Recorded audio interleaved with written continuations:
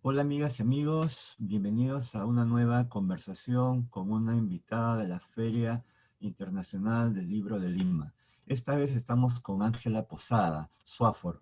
Bienvenida Ángela, Alberto, muchas gracias. Qué honor tan bueno estar con la mula. el nuestro Ángela.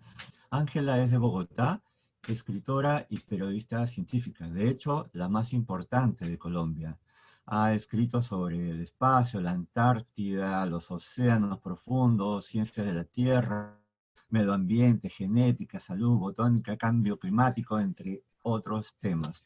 Y ha escrito recientemente Hielo. Hielo es una bitácora antártica publicada en el sello Planeta. Ángela, ¿cómo así escribiste Hielo, sabiendo los que te seguimos que has estado múltiples veces en la Antártida? Alberto, gracias por la invitación tan linda. Para mí fue muy interesante poder concebir hielo como después de 4 viajes a la Antártida, he estado como 6 veces con el programa polar de Estados Unidos. Fue una invitación ellos hacen todos los años, invitan a un periodista al año. Y entonces yo duré 8 años golpeando esa puerta allá en Washington. Y finalmente me dijeron, bueno, sí, usted puede hablarle a los hispanos y eso nos interesa. Entonces, escoja dónde quiere ir. Entonces me dieron un mapa de la Antártica y yo pues con un esfero rojo empecé pues a anotar. Lo primero fue que quise ir al Polo Sur Geográfico, donde está la estación de investigaciones allá de ellos grande, y me dijeron, bueno, la llevamos. Entonces ese viaje fue increíble, fue como en el 2005, y luego seguí yendo pues ya a otras estaciones. En el 2010 estuve 3 meses en una, y en el 2014 lo más interesante tal vez para mí de todo fue que mi propio país, Colombia, decidió hacer su primera expedición antártica. Nunca Colombia es país pues, tan tropical y tan lleno de otros problemas internos que no se había podido dar el lujo de mirar hacia afuera. Entonces, finalmente, pues me llamó el almirante, el comandante de la Armada Nacional, y me dijo, Ángela, usted que ha estado en la Antártica, pues queremos que sea nuestra cronista de a bordo. Entonces, esa fue la primera de 2 expediciones con Colombia, y fue allí que se me ocurrió, porque yo hago diario, cuando voy en todas estas expediciones hago un diario, se me ocurrió pues entonces, pues esto de este libro Hielo. Es interesante porque el artista cuando hizo la portada, él me dijo, yo de intento no puse un glaciar ni nada de eso, ni un témpano, porque tú hablas en el libro de que casi que el continente entero no tiene sino 1 o 2 o 3 especies de plantas. Esta es una de ellas, un líquen, que está pues en las afueras del continente. Entonces le puse una pluma de pingüino en la mitad y quedó como muy interesante el libro, que es lleno de, un libro tiene muchas fotos y bueno, es muy ilustrado. El libro, como tú mencionabas, Alberto, es una bitácora, pero que presenta el continente de una forma muy amigable, que no es un libro de cátedra de la A a la Z sobre la Antártida. Es un libro que pretende enseñar, pero también entretener mucho, porque esto tiene desde poesía hasta pedacitos de historia. Esto no tiene ningún orden, lo puedes abrir donde quieras. Entonces eso fue un poquito esa foto de ese témpano, pues la tomé yo en esa primera expedición, y el continente es increíble. Y más interesante aún para mí fue enterarme en esta ignorancia mía de que países como Perú y Ecuador tenían desde hace décadas sus programas antárticos. Para mí fue, lo primero que dije yo fue que envidia me da el Perú, que envidia, porque uno sabía, pues sí, obviamente Argentina y Chile porque están ahí al lado, pero yo decía, Perú y Ecuador están tan cerquitas nosotros. Entonces, esa fue como mi caballito de batalla, porque cuando el almirante me llamó y me dijo, Ángela, vaya con nosotros a la Antártida, pero usted tiene que explicarle al colombiano qué se nos perdió allá abajo, usted tiene que decir por qué vamos. Entonces, pues Perú era uno de mis ejemplos más grandes. Eh, Recuerdo también haber podido conocer brevemente al anterior buque Carrasco, y a mí se me hacía la boca agua. Yo decía que el día que Colombia tenga un buque y ahora hay un Carrasco nuevo. Conocí la estación Machu Picchu, no la alcancé a conocer por dentro, la vi desde lejos, porque ese día se levantó una tormenta como tú no te imaginas.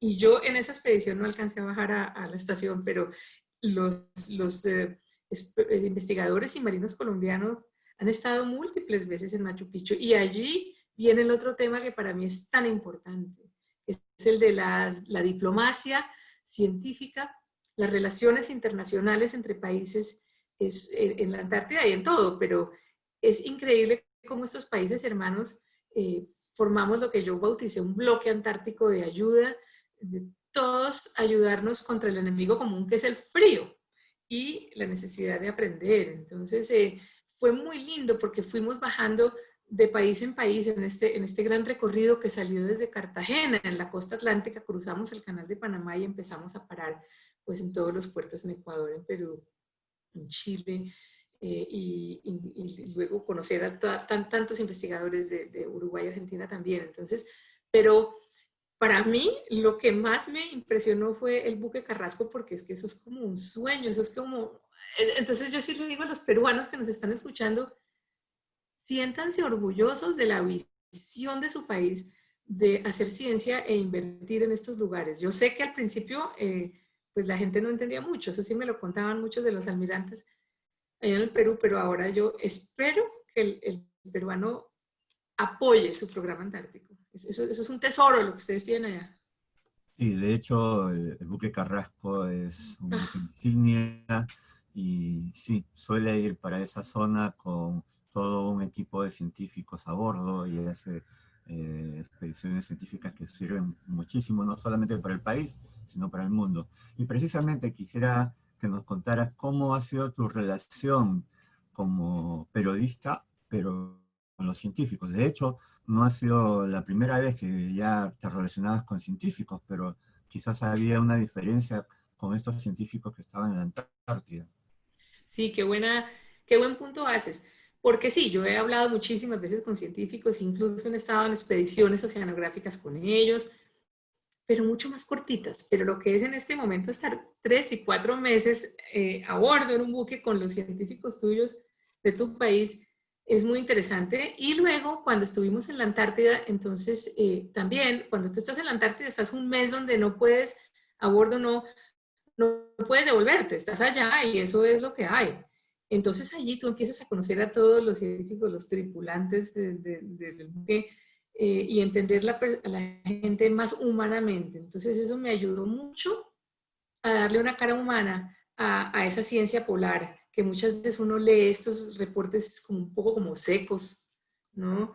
Entonces nos falta hacer eso en nuestro periodismo de crónicas, ese contar la narrativa, ¿no? Lo que llaman el storytelling. Entonces, eso me lo ayudó mucho gracias a haber podido pasar tanto tiempo con los científicos en el momento en que pasan cosas inesperadas, si cayeron algunos instrumentos de oceanografía pues, al mar, porque es que es la primera vez que Colombia iba y eso es difícil para uno, ¿no? No entiende. Entonces pasan cosas, ¿no? Entonces eso lo une a uno muchísimo. Así que sí, muy interesante ese viaje por todo eso. La Antártida es de todos y todos somos responsables de su cuidado. Investigar la Antártida es crucial para entender las variaciones del clima. ¿De qué manera puedes Sí, explicarnos esta importancia de investigar la Antártida, que a veces la vemos como un continente muy lejano y que no nos va a afectar, sobre todo a nuestros países? claro, sí, tu punto es súper importante, es quizás el más importante de todos en cuanto a la Antártida. La Antártida, como está cubierta de hielo, ella preside, ella es el aire acondicionado del planeta. Entonces, los cambios que haya o no haya en la Antártica nos influyen y también el hielo se convierte en corrientes oceanográficas y en corrientes en el aire que suben por toda Sudamérica y terminan influenciando cosas como la industria de las anchoas en el Perú, sin ir más lejos. Es decir, si no fuera por esta agua fría tan interesante que bota la Antártica, pues quién sabe, a lo mejor sería distinto eso. Entonces, para específicamente el Perú, la Antártica es una joya porque de eso podría o no podría, pero es muy posible que tenga mucho que ver directamente con las anchoas.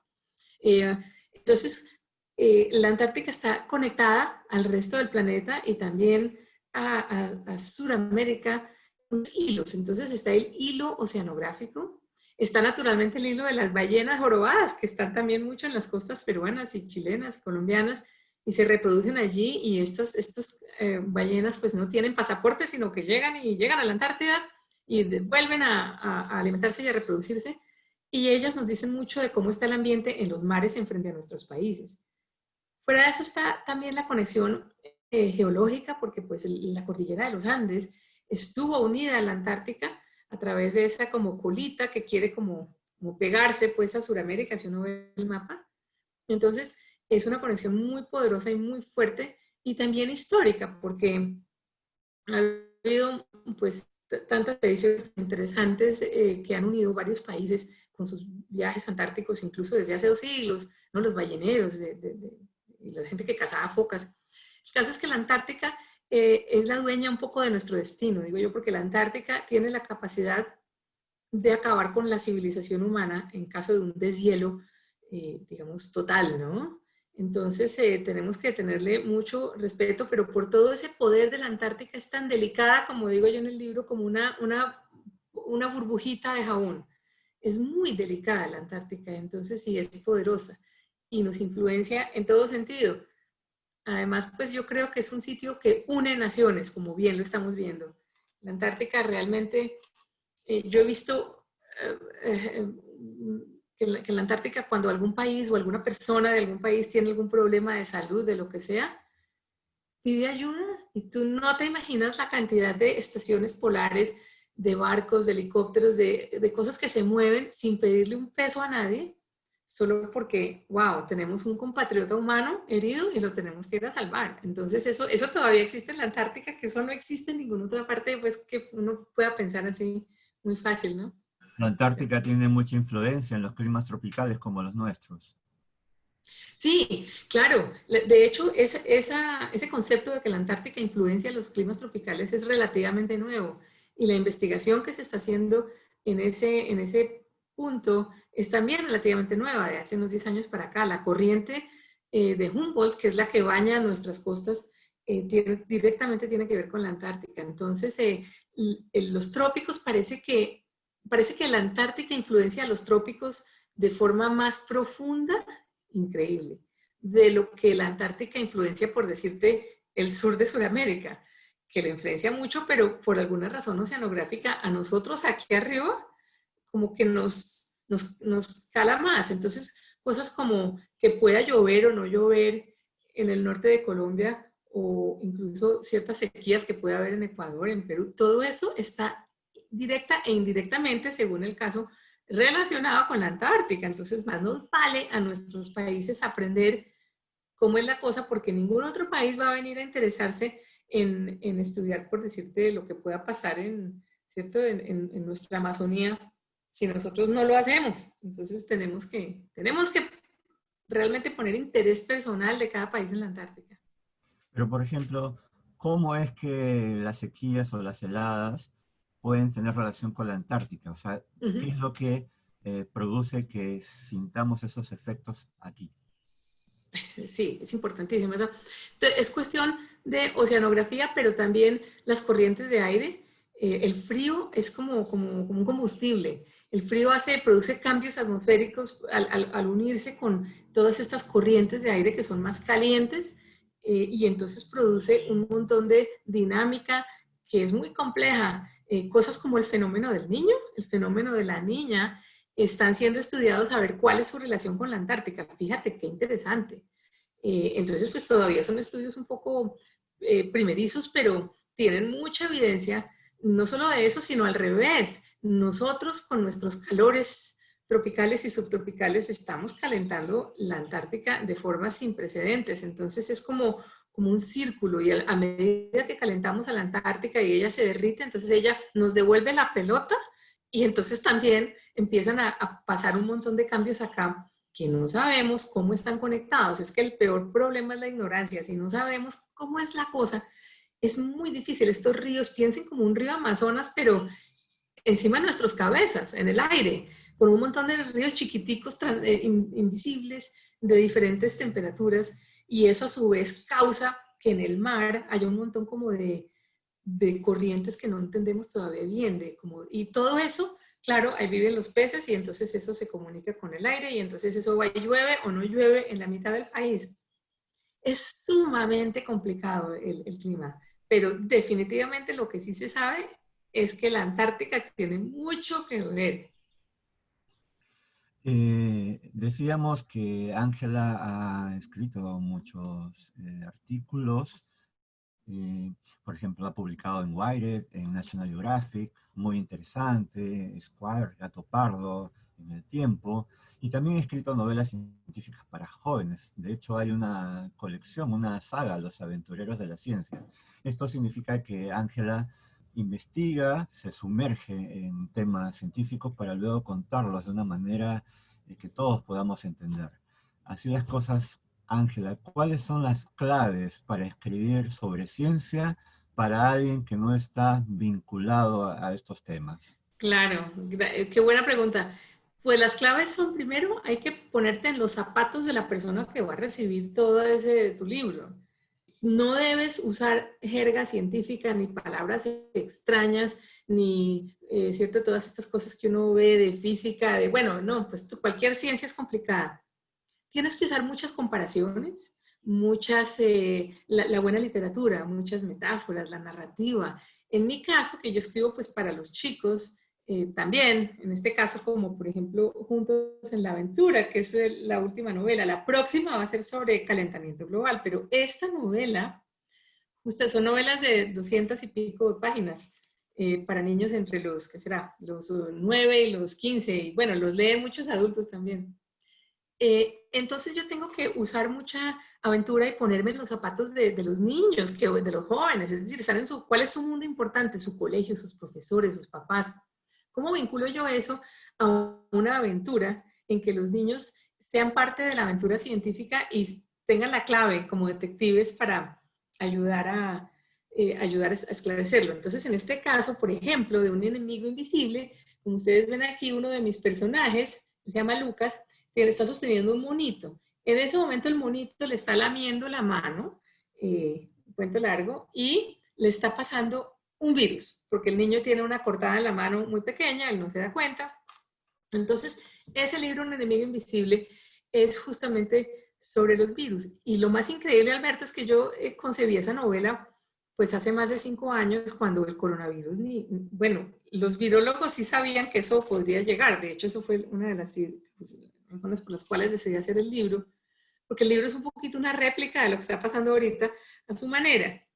Entonces, desde que el monito le infecta al niño, la novela se convierte en una gran carrera por descifrar qué es lo que le pasa al muchachito que se enferma y qué pasa con los virus, cómo funciona un virus en el cuerpo humano y cómo, sí, cómo puede acabar con una población, cómo funcionan los médicos, los cazadores de virus. Entonces ha sido un libro pues un poquito premonitorio, porque cuando yo estuve visitando los centros de control para las enfermedades en Atlanta, que es donde en este momento uno de los lugares donde están pues trabajando en la vacuna con el coronavirus y todo eso, acuérdate, hace más de 5 años, ellos me invitaron a conocer los laboratorios donde se trabaja con los virus, los famosos laboratorios que tú ves que la gente entra con unas escafandras de plástico. Bueno, yo todo eso lo vi, y entonces fue cuando dije, esto se presta, porque a los jóvenes y a la gente, a nadie le han explicado bien esto de los virus.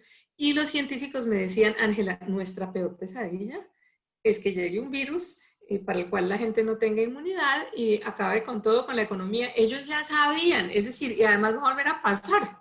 Entonces tenemos que, yo creo que el conocimiento es nuestra mejor arma, porque estamos empoderados para saber qué hacer, para saber qué elegir. Y así, con ese conocimiento, evitaríamos que tanta gente crea que estos virus como COVID-19 se producen adrede ahí en un laboratorio. Exacto, pues de lo que yo he leído, parece que haber producido este virus en el laboratorio es científicamente como que imposible o muy difícil, porque pues, es una explicación interesante, porque la genética del coronavirus tiene genética de un montón de otras criaturas, de que solamente la evolución ha podido dar en la naturaleza. Claro que sí se generan virus en laboratorios y seguramente habrá más de uno allá esperando, pero este en particular, según lo que he leído en las mejores publicaciones de ciencia, no fue el caso. Lo otro que me parece muy importante es que no deberíamos echarle la culpa a los murciélagos. Si es verdad que los murciélagos son reservorios de virus, de hecho en el libro un murciélago pues infecta al mono que infectó a mi personaje. Pero los murciélagos son a su vez demasiado importantes para nosotros. No podríamos, dependemos de ellos de formas que no acabamos de entender, pero una de ellas es la agricultura. Sin murciélagos no habría ni la mitad de los productos que usamos porque ellos polinizan y entre otras cosas. Pero entonces los murciélagos además tienen esta capacidad genética y de trabajar con los virus que ellos podrían ser nuestras droguerías del futuro. Entonces ahí está donde entender eso. Lo que tenemos que hacer es no meter las manos en la naturaleza. Ese es el problema que estamos haciendo. Si no metiéramos las manos ahí en las selvas y no abriéramos tantos caminos y no matáramos tantos animales salvajes, porque el coronavirus, ante todo, es un problema ambiental. Entonces, ahí el gran legado o enseñanza que nos debe dejar este virus. Ese no matar más pangolines en la China, no comer todas estas criaturas extrañas. Y es muy difícil, porque eso es cuestión cultural también. Sí, Y es una enseñanza que debemos recoger todos los seres humanos y he ahí que el regreso a la normalidad debe ir de la mano con un manejo mucho mejor del medio ambiente y de nuestra relación con la naturaleza, ¿no? Y tú más de una vez has traído a pie una frase de Humboldt, la poesía descriptiva de la naturaleza. Cuéntanos. ay, sí, Alberto, eso es una belleza. Humboldt, yo antes de saber que existía Humboldt, me identifiqué con él por completo, porque él lo que hace es lo mismo que yo hago, o sea, yo hago lo mismo que él hacía, que es justamente esta maravilla, siempre maravillarse de los elementos y las conexiones en la naturaleza. Todo está conectado, literalmente todo está por el aire, por el mar, por todos lados. Entonces, describir la naturaleza de esta forma, una forma literaria, narrativa, bonita, pero exacta, científicamente exacta, ese es como mi estilo. Y cuando yo descubrí en mi ignorancia que Humboldt hacía lo mismo, pues me enamoré perdidamente de Humboldt. Entonces, sí, eso es algo importante, que es una buena arma porque muchos escritores, que es importante, le apuntan a la claridad. Eso es lo principal, ¿no? Que el mensaje sea claro y enfocado, pero hay otros que olvidan el merengue por encima de la torta, que es tan importante, que es más que un adorno, que es la literatura de verdad, ¿cierto? La narrativa. Entonces yo busco adjetivos, me encantan los sinónimos, entonces tengo listas y diccionarios y busco y consulto, me fascinan las palabras, entonces eso es parte del mensaje, ¿no? También.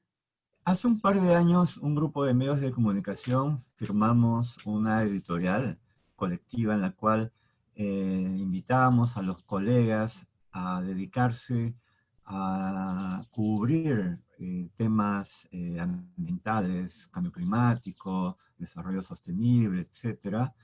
Y más allá de esa editorial colectiva, ciertamente uno puede ver que cada vez hay medios de comunicación, sobre todo los llamados independientes quizás, con notas, reportajes, con algún tema vinculado con el medio ambiente, sea de denuncia o sea para resaltar lo bueno que se está haciendo también en la relación con la naturaleza.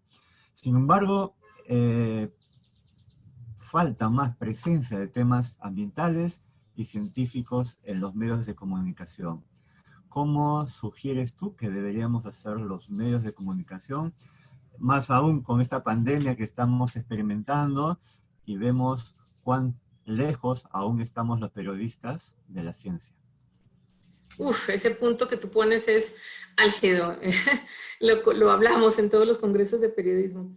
Yo creo que esta pandemia, por encima de todo el horror que constituye, por lo menos está poniendo sobre el tapete el hecho de que se necesitan más periodistas con conocimiento de ciencia en las redacciones de los periódicos y revistas y programas de televisión. Uno quisiera pensar que en el futuro esta necesidad siga así, que realmente que los periodistas seamos llamados a escribir estos temas.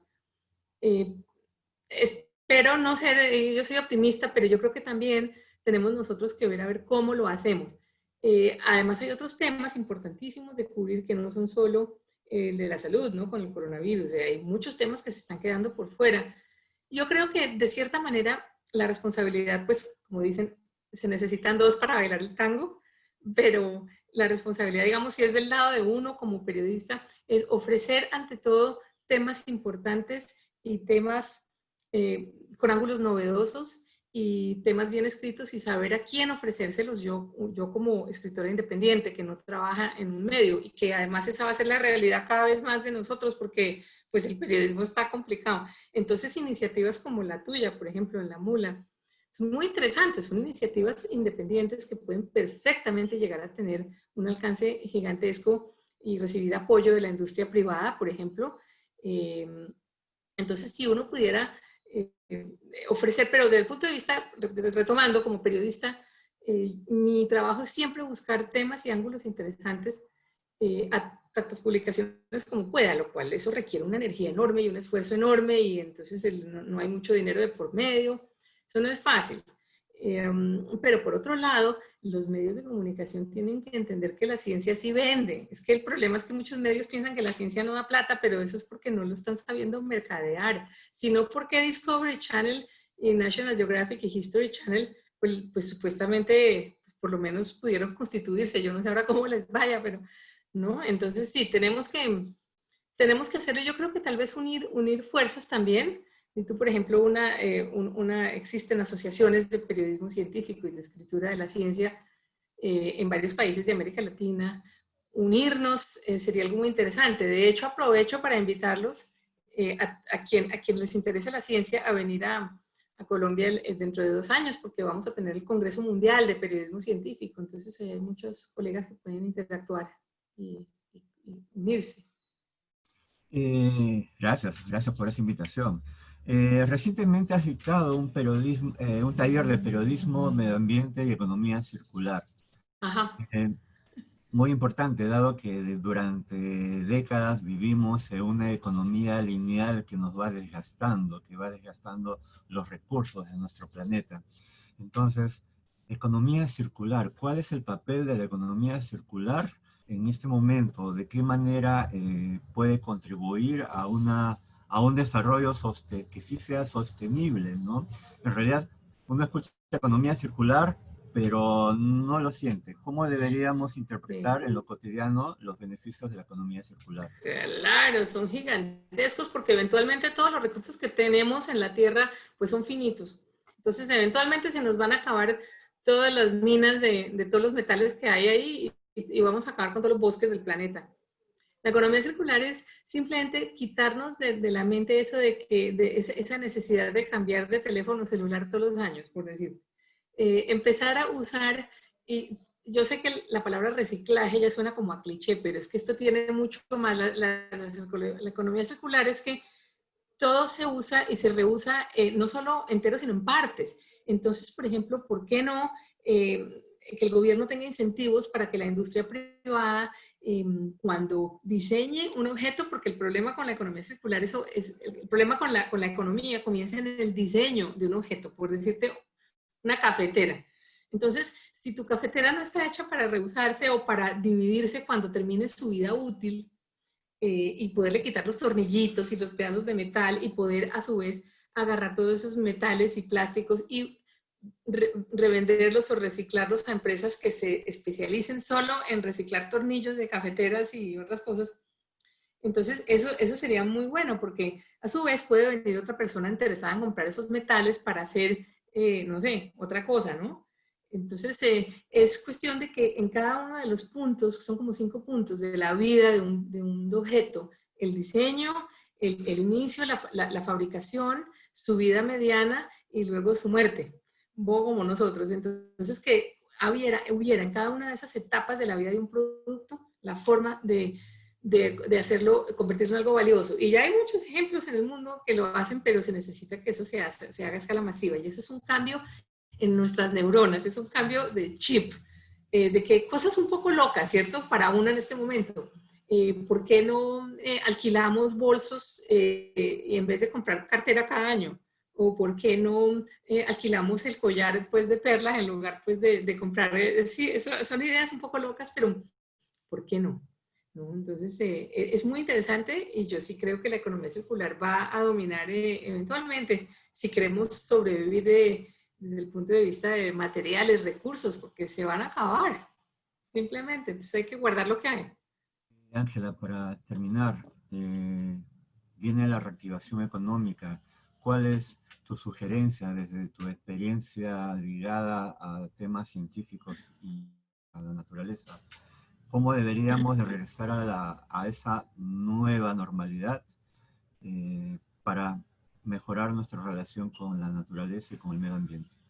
Pues yo creo que qué lindo comentario. Deberíamos renovar nuestra forma de relacionarlos con el mundo, porque ya vimos, esto fue un campanazo de alerta para nuestra generación. Ha habido campanazos de alerta antes, pero es que cada vez que nos dan uno, el problema medioambiental está peor. Yo creo que la forma de pensar en un nuevo futuro es entender cómo mejor relacionarnos con la naturaleza, de tal forma que pensemos que los recursos no son finitos y que el planeta no es finito. El planeta va a estar bien, pero nosotros no. Entonces, de forma un poco con fines de economía circular, pero también pensar, sí, en que cuidar el planeta significa también no ir a los excesos, estos excesos de esta cantidad de viajes, aunque yo soy la primera que quiero viajar por todo el mundo, pero reuniones como la de hoy, y yo creo que eso va a ayudar muchísimo.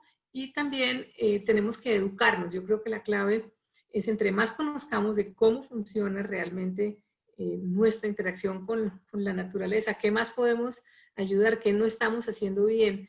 La ciencia detrás de eso nos puede dar mucho para nosotros, tener el poder, el instrumento que nos dé el poder de, por ejemplo, elegir a nuestros políticos. Entonces, por ejemplo, necesitamos educar a los legisladores acerca de la ciencia. Cada gobierno debería tener muchos asesores de ciencia al Congreso, al Congreso de nuestros legisladores, para que ellos pues, por lo menos entiendan la ciencia detrás de esas leyes que están haciendo. Eso por ese lado, pero a los niños también tenemos que poderles enseñar bien la ciencia y los investigadores tienen que entender que ellos tienen que aprender a comunicar su ciencia de forma sólida y clara y entendible. Y quizás este matrimonio entre el periodista y el investigador, el periodista de ciencia que sabe la cosa del investigador, pueden ayudar, pero como ciudadanos normales, yo creo que ciencia ciudadana es interesante, es importante, uno puede hacer mucho desde su casa en su computador y el conocimiento y estar uno simplemente con el bombillo prendido detrás de la cabeza de realmente necesito comprar esto o realmente puedo reutilizar esta bolsa, cosas sencillas, pero tenemos que hacerlas y educar finalmente. Padres eduquen a sus hijos porque todos aprendemos repitiendo y como gracias al ejemplo. Amigas y amigos de La Mula, ha sido Ángela Posada, escritora y periodista científica. Muchas gracias, Ángela. Alberto, un honor y un placer. Qué bueno estar en el Perú. Vamos a ver si lo hacemos presencialmente un día. Por supuesto que sí. Un abrazo, Ángela. Gracias, gracias Alberto.